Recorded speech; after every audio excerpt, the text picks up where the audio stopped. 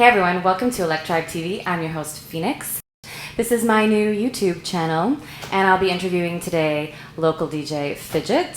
What kind of pizza do you like? Anything with meat on it. Pretty much anything, no vegetables, no pineapple. No pineapple under any circumstance. It's not allowed.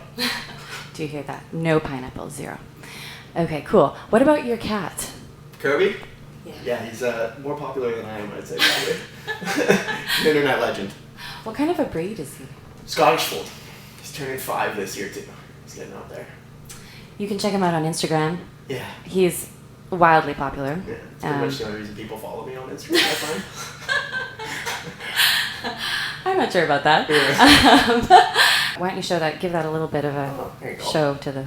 Yeah. Hey. I don't know if that works out.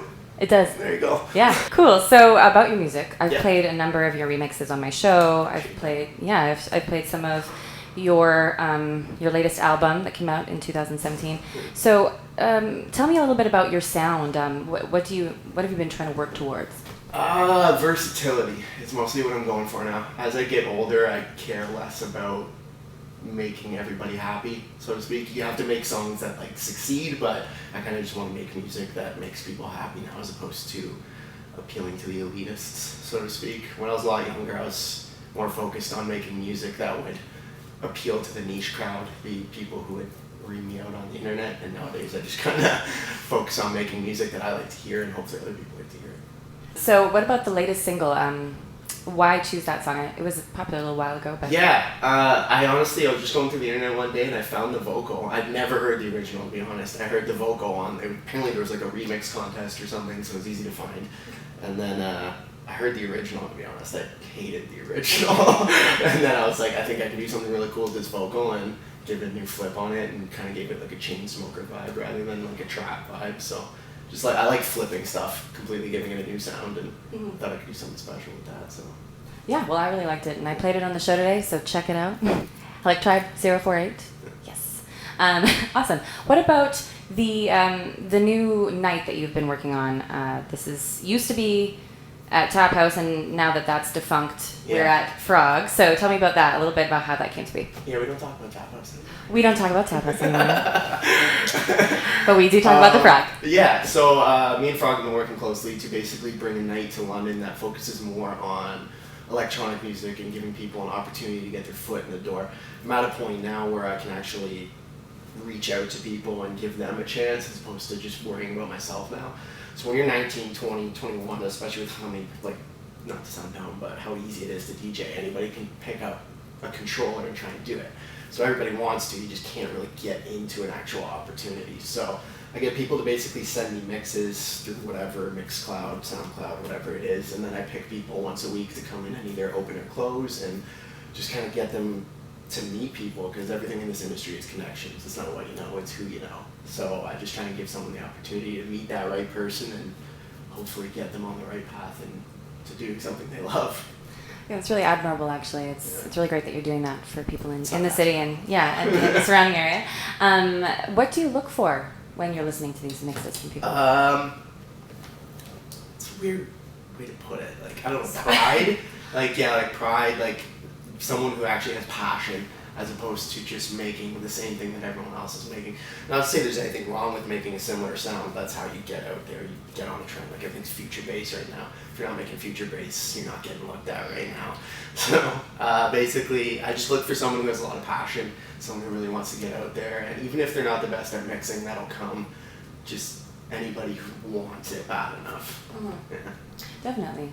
I was also thinking, I hear that you have an announcement today. Have you made that announcement? Yeah, it's not on Facebook yet, but obviously it'll be announced by the time we get this out there. But I'll be playing the main stage at Block Party this year with Diplo and Jaws, so that's going to be pretty fun. That's really exciting, exciting. How do you plan a set? That kind of a set? What would you do? It's a little different with something like that. When I go into a club, I like to just basically play 200 songs into a playlist, and I'll kind of go with as the night goes and see where I'm heading. But with a main stage thing like that, or a music hall, I'll pick 8 or 9 songs that I know will work really well, but I don't know when I'll play them. So I'll have somewhat of I could go here, I could go there, but I'll basically form a set around specific tones at certain points of the night. So I have like 2 or 3 songs that I know work really well for this situation, and then I can fill it in with like 4 or 5 other ones, and then go into another pack of something. It's basically just controlling the vibe through waves. That makes sense. Yeah, I suppose, what people are vibing on. Yeah, exactly. It's a little harder when you have like a massive stage like that to read the crowd, because in 5,000 people there's going to be 3 or 4 people having fun no matter what, so it's kind of hard to pick them out. But with smaller club venues, I have no idea what I'm going to play. I just kind of go in and go as I go. Yeah. Do you, I've heard some things about, for instance, how, what not to play in a big main stage set if you're opening. What would your advice be? Honestly, I find this not too big of a deal anymore with how big electronic music has gotten. A lot of the crowd, there's the crowd that's not really there when they're at the show, so they don't pay attention, but it used to be that you don't play anything that could possibly be played by the headliners, but nowadays people don't necessarily mind hearing the same song 2 or 3 times over an 8-hour day. But at the same time, you don't want to be dropping bangers if you're the 3 p.m. slot and there's 20 people there. So it all comes down to with how many people are there. But in terms of like, don't touch songs, obviously I'm not going to play anything like Diplo if I'm an hour and a half or 2 hours before him. But if you play it at the start of the day and it's not overlapping anybody else's stuff, some people. Yeah. Actually, you must know a lot about this sort of thing, because don't you have a musical background? Yeah. Why don't you talk about that for a bit? Yeah, I did classical piano for a very long time, and then I taught myself guitar and drums, and pretty much any instrument, as long as I get a good couple months with it, I can pick it up. That's really cool. Yeah, it's a common misconception about electronic musicians that we don't know anything about music, but a lot of electronic musicians know piano, classical piano, a lot of musical talent. That's true. Anukshuk is another guy that does stuff. Yeah, I think as well that there's a lot that goes into mixing, as you were saying. Reading a room is also part of it. That's also a musical aspect if you think about it. So I think that these are the things we need to really be thinking about. That's why I'm doing this show, because I want there to be more awareness about what really goes on behind the scenes. Anyway, so what's coming up in the future? Do you have any plans? No, just trying to get through the summer right now. I got a surgery coming up on my hip that I'm not really looking forward to on that. So that's going to kind of probably put me in front of a computer. So most likely production in the near future through rehab.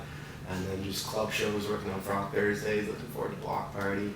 Other than that, just music. That's great. Well, we look forward to that from you in the future. Do you have anything else you'd like to say to your fans? Thank you for everything. I can't believe after 6 or 7 years I still have people who put up with me. Other than that, just thank you. Keep listening to my music. Support local. Be the change you want to see in the industry. If you want something else, go out, make it. You never know what's going to happen. Awesome. Well, have a wonderful day. Thank you. Thank you for having me. Thanks for coming.